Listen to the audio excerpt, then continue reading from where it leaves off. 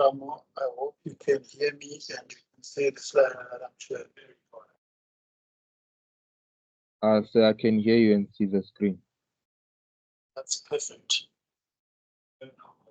So we continue with the environment. I mean, it was a simple factors. So we have done the political factors, we have done the economic factors, we have done the legal factors, and today we are going to be looking at the social forces influencing the digital macro environment. But before we do that, I'd like us to have a catch up.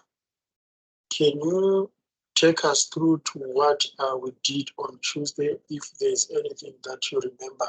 So I have a very good night to I only had 2 briefs to you working on a project.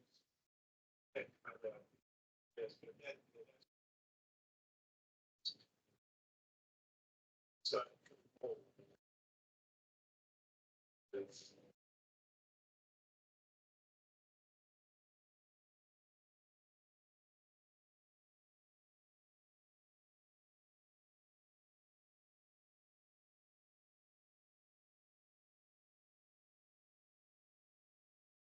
Did you get that in Gamo?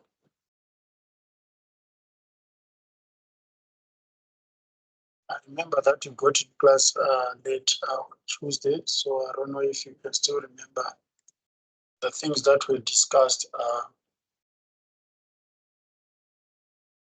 on Tuesday.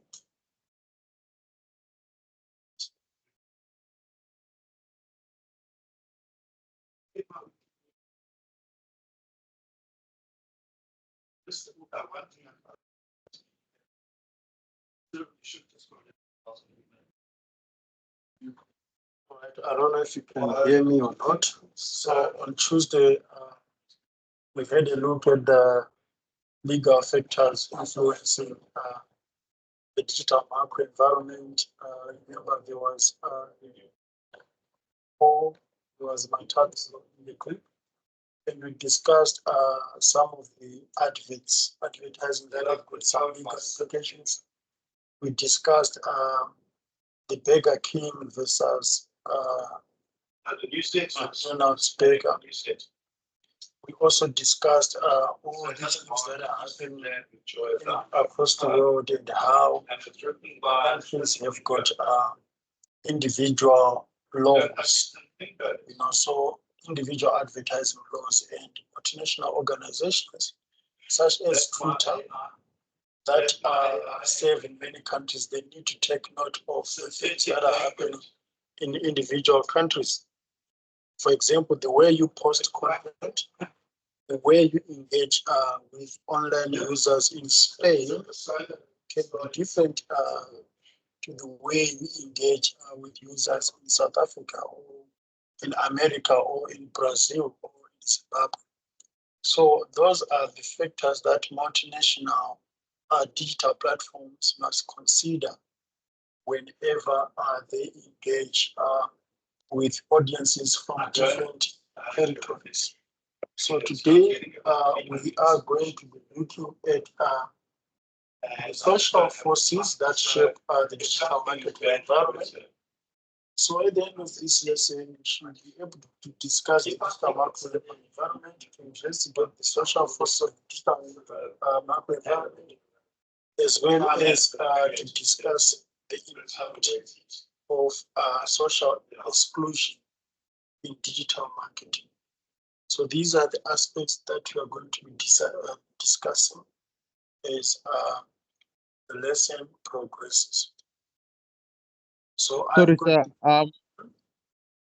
sir, as you're speaking, I'm hearing some background noise. I don't know if there's audio playing on your background. It's kind of like disturbing me hearing you audibly and stuff like that. That's something which doesn't on audio setting because there's someone who's working in the garage. To me, the only particular maybe this is a good hint for you. So somebody phoned me and said they wanted to write an article, and specifically it was about, whether a 4-day week is a feasible sort of thing. So I thought it's great. It's like very fluffy, really find getting. Okay, I've enabled noise suppression. Can you hear the background noise now?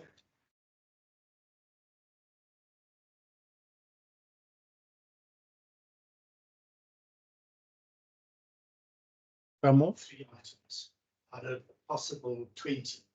And it's a very good prompt to. I can hear you now, but like the background is still there. But like your voice has like amped up the volume a bit.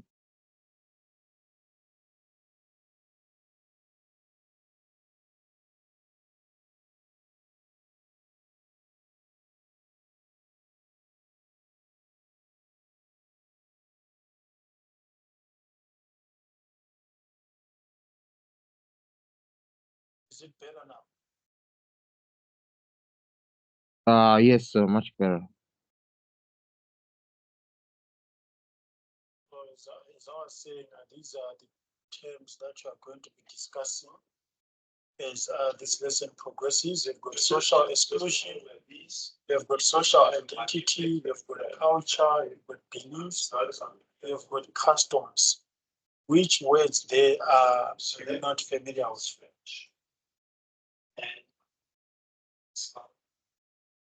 I know them also. That's because we are going to be discussing the way this lesson progresses. So, according to your own understanding, how do social forces influence the digital market environment? It's a challenge. So I think that with the social ills, for example, that would be happening across the globe. Maybe let's say, like for example, the war happening, even though it might be political, also it might affect the social as well with how people can afford certain things. And the trade industry, it also might affect a certain cost with placement of your advertisement messages, or also the sales of certain products that you might be selling on certain countries abroad, where as compared to countries that are not affected by the war of Ukraine, for example, so yeah, things like that. I think that I thought that just came just now. Yeah, that's very true. That's very true. As also the way people engage with themselves, that can have an influence on how open they are when engaging with brands online. Some societies are very open, while it's some, they are not that open. Like there are things that you can easily disclose in some cultures, while it's in other cultures, you can actually talk about anything or everything. Have you come across that? On the internet, yes, but like in person, no, because I've never traveled or anything like that. But like I've heard of seeing certain policies and uh laws. Like for example, even in the US, they no longer want TikTok on their country anymore, which affects how people they would normally socially interact with each other through such a platform like TikTok, which is a digital one. Oh, yes, I do get you 100%. That imagine you've got a cousin in the US and you're on TikTok, and that TikTok is better to use when you're in South Africa. Then you can't engage with them on TikTok because it is banned in that country. That makes sense. So there are so many things, as I always said, these pestle factors, they do not operate in silo. one or the other, they are interlinked. You have got political forces, for example, influencing social forces. So the fact that TikTok is banned in America, that's political, but it also affects the social nature of how people would interact as a result of that political ban. So you would see that if economic forces, they also shape social forces, because based on affordability, users can interact with other users, depending on how much they earn or depending on the household income. So if you are from Sandton, for example, you grew up and were raised in Sandton, and now you're engaging with someone who grew up in Alex or someone who grew up in Ekas in Soweto, the engagement socially won't be the same, because that person in Sandton had their own room, living in their own room within the house, while this someone in Alex, like, they are sharing the room, 10 of them, 10 siblings sharing the room. So that really shapes the way, people engage based on where they come from and how they grow with others, as well as how they are raised socially. I don't know if I'm making any sense. No, sir, you are making sense. Some homes, you share one computer. There's a computer that is in the sitting room or in the lounge, and it's a family computer whereby everyone uses that computer, and there's internet. So if your father wants to draft a CV or do work, he'll go to that computer. If your mother wants to do something, she'll go to that computer. If the sister wants to do something, she'll go to that computer. Then other families will be more privileged that every individual have got their own devices, and they are free to engage, to be on platforms of their choice to engage with users. While it's those who have got a family gadget, it is difficult to freely engage, because you know that other family members might come across your content, or other family members might come across your online behavior.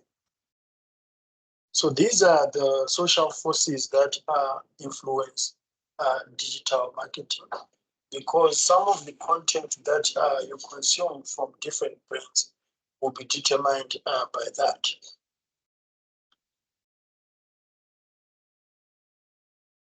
So it can be noted that social forces are closely linked with culture and have significant implications for digital marketing. So the key factors which make up these forces include social communities based on demographic profile. I've mentioned that. I've mentioned household income. I've mentioned geographic segmentation, whereby someone based in affluent suburbs, may engage completely different to someone who is based in high density suburbs. Then there's also social exclusion, and there are cultural factors. So the size and growth rate of populations have implications for digital marketing strategy and planning. Therefore, analysis of demographic trends can reveal important issues, such as that there's a significant group in each national population of at least a quarter of the adult population does not envisage ever using the internet.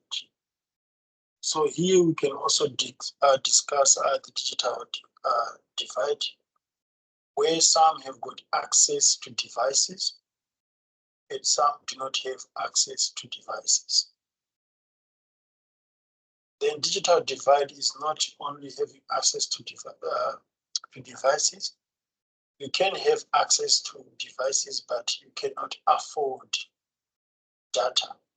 So one or the other, you're just keeping your device, but you can't be online because data would be expensive for you, or you need to go to places where there is actually free Wi-Fi. So have you ever been driven to travel some miles just to be exposed to free internet? Back in the day when when we didn't have fiber connection in the neighborhood, there would be like public spots like the home affairs nearby where there was free Wi-Fi. We would go there, which was near the park. So we would go chill there and just go through the internet to download essential stuff, entertainment, or information, educational stuff, content, tutorials, all of that stuff. So, Yes, that's true. We've both been exposed to that. I remember in 2014, even when I wanted to make online applications, I did not have internet at home. So I had to go to public places such as the local golf club. I could go there just to sit there and process my applications, because without going there, it means that you cannot be online. And sometimes you are actually forced to take a certain membership so that you can just have that free Wi-Fi and be able to do whatever you want to do online. So that can also part of social exclusion and digital divide. That there are some people who wish to be online. There are some people who want to connect with brands, who want to connect with other users, who want to connect with the government, but they cannot because they do not afford or they do not have access to the internet. But there's been a lot of improvements since then. Uh, Even network providers, they do have packages or bundles that suit specific uh, online activities. For example, with telco or with COC, you can have a WhatsApp bundle only, you can have an Instagram bundle, you can have a TikTok bundle, or you can have an internet bundle that covers all those activities. I don't know if you've seen that, if you've come across that. I've noticed with like Vodacom would have like special bundles for Dobsonville specifically or in the stuff like Mm. that. So yeah, I've noticed it. And also we do have some internet service providers, having these optic fiber and better solutions to make sure that people are well connected. Though affordability is always an issue, especially considering the unemployment rate, not just in South Africa, but in most developing countries. However,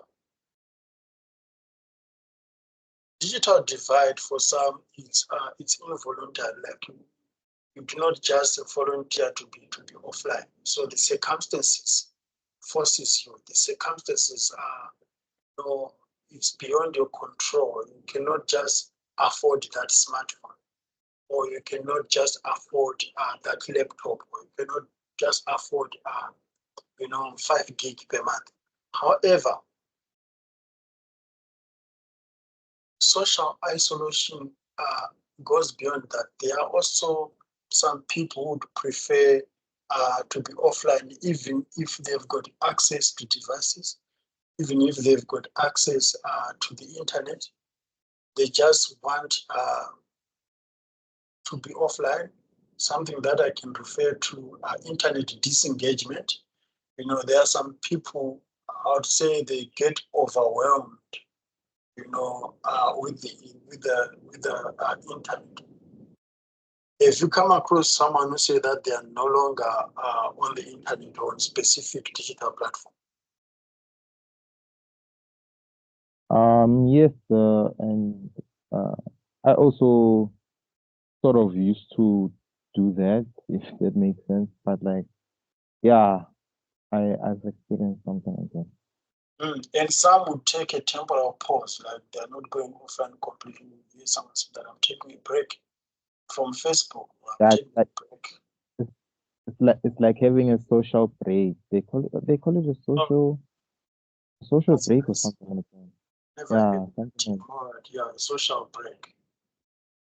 So marketers must also be aware of that, that the people that you are reaching out to on digital platforms might be actually on a social break.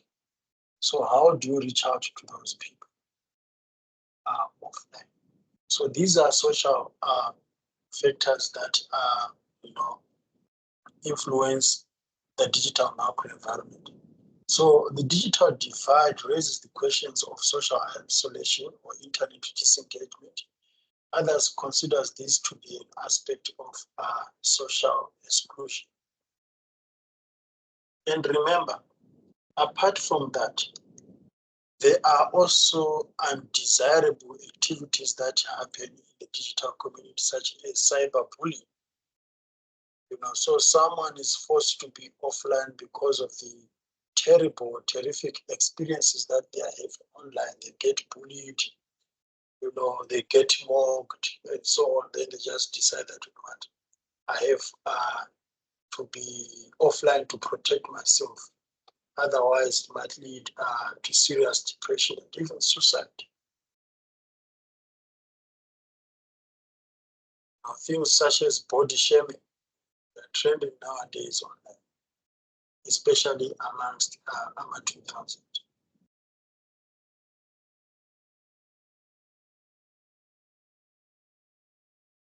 So, social exclusion.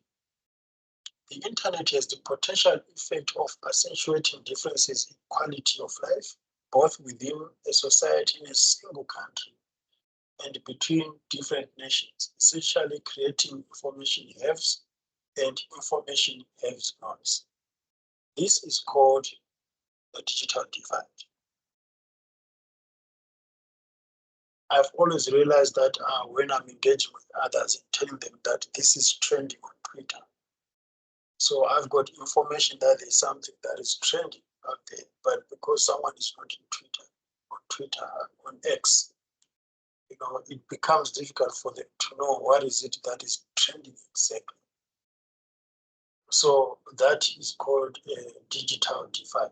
So there's a barrier between what is happening in the digital space and what is happening offline. The drive by government. Sorry, sir. But so as a digital marketer, is it essential for you to not have a digital divide with what is currently happening in the digital space? Can you come again? So, sir, I'm sure you know certain people in this industry are a bit introverted. They're not outgoing, outspoken, not up with the trend, which might essentially be you being let's say you're not into Facebook or social media that much. You don't post a lot, but you are in a digital marketing space. So would it make sense for you to have that sort of digital divide with what is currently happening on the social space, not being up to date with the social trends, and all of that stuff? Okay, I think I'd refer that to digital introverts and digital extroverts. So you realize that there are people who are very active online, but they do not engage. So they never post anything they never show any activities like posting pictures or commenting on other posts and stuff like that.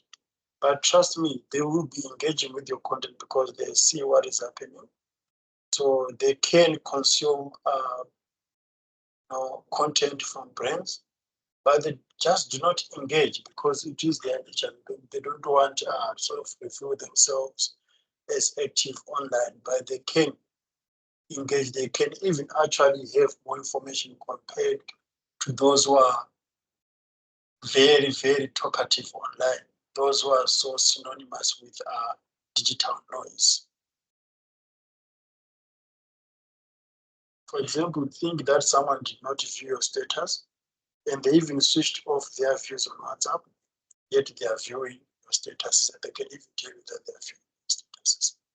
So you cannot ignore the silent or passive audience in the digital community.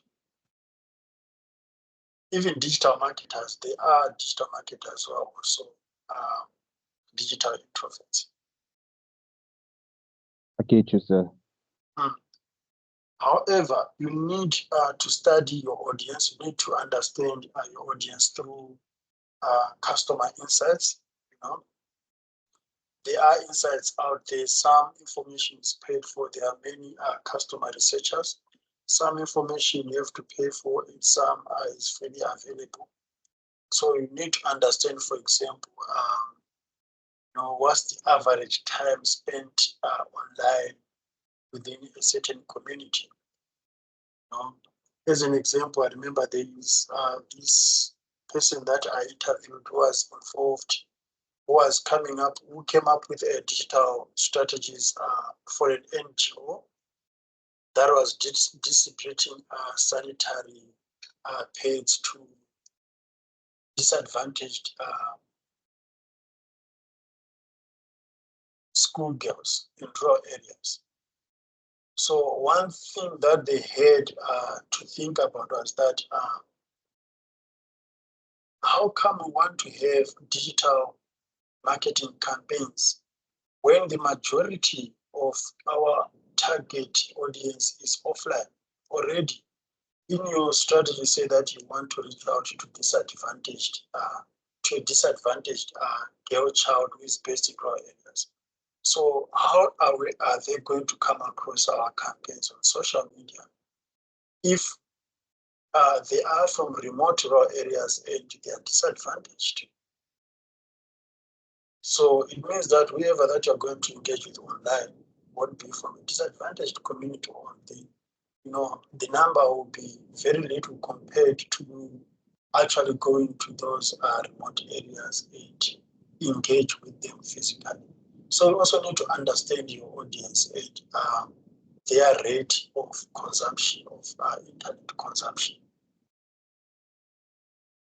So the drive by governments and businesses to migrate to digital channels ignores a significant group of people who are not connected to the internet. And this has implications on digital marketing strategy and planning, especially in developing countries like South Africa, where there's a notable digital divide. For example, if you are about to apply for a passport, or you are applying for an ID, all those government services, then you hear them saying that you need to download the form online. Like, there's no way you can get this form other than downloading it online from a government website or government system. So what is going to happen to those who are in deep rural areas? Those who do not even understand what being online means.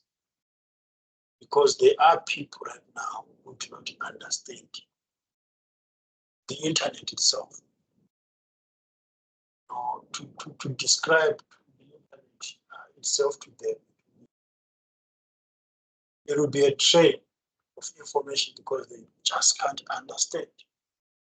So these are the aspects that you need to understand when discussing, considering the social factors, the cultural factors that influence the digital macro environment. We also have cultural forces, by the way, because the way we live also dictates how we behave online. For example, there are some religious groups that would say being online is a sin.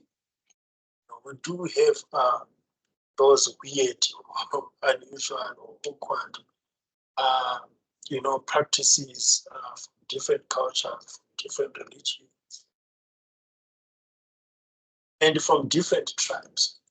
So the local language and culture of a region can dramatically affect the requirements for digital platform users. The types of sites used, media consumption, and search engines used can also vary dramatically per country. Therefore, it is important for situation analysis to review regional differences.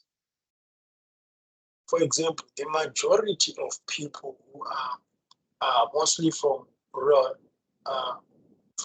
areas who have good access to WhatsApp, the majority of them do not type on WhatsApp. The function that they use on WhatsApp are voice notes. because they cannot understand English, they cannot understand short words, and it's also difficult for them to type in their languages. So the only way they can converse with you efficiently is either to send a voice note or to engage with you via a phone call, a video call, and audio call. So you need to understand the regional differences, the origins of the people that you are engaging with as digital microplastics. So the future state of the planet is a widely held social concern that is closely related to economic and environmental issues. Green business is an emerging trend that brands are embarking on.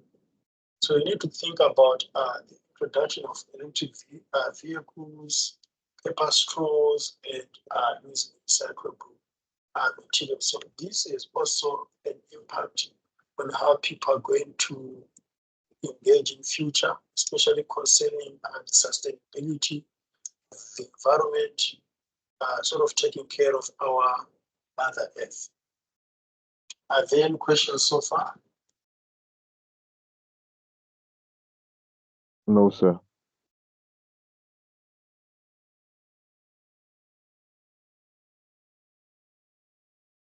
Perfect. So, in conclusion, the lesson is part of a learning exercise to help you develop a greater awareness of digital marketing by identifying how the macro environment affects an organization's digital marketing strategy, planning, implementation, and performance. You are challenged to consider the legal, moral, and ethical constraints of digital marketing by identifying the aspects of each macro environmental force that is particularly relevant to digital marketing. By now, you should have understood the significance of social forces in the macro environment and investigate the environment as part of the situation analysis. Any questions? No, sir.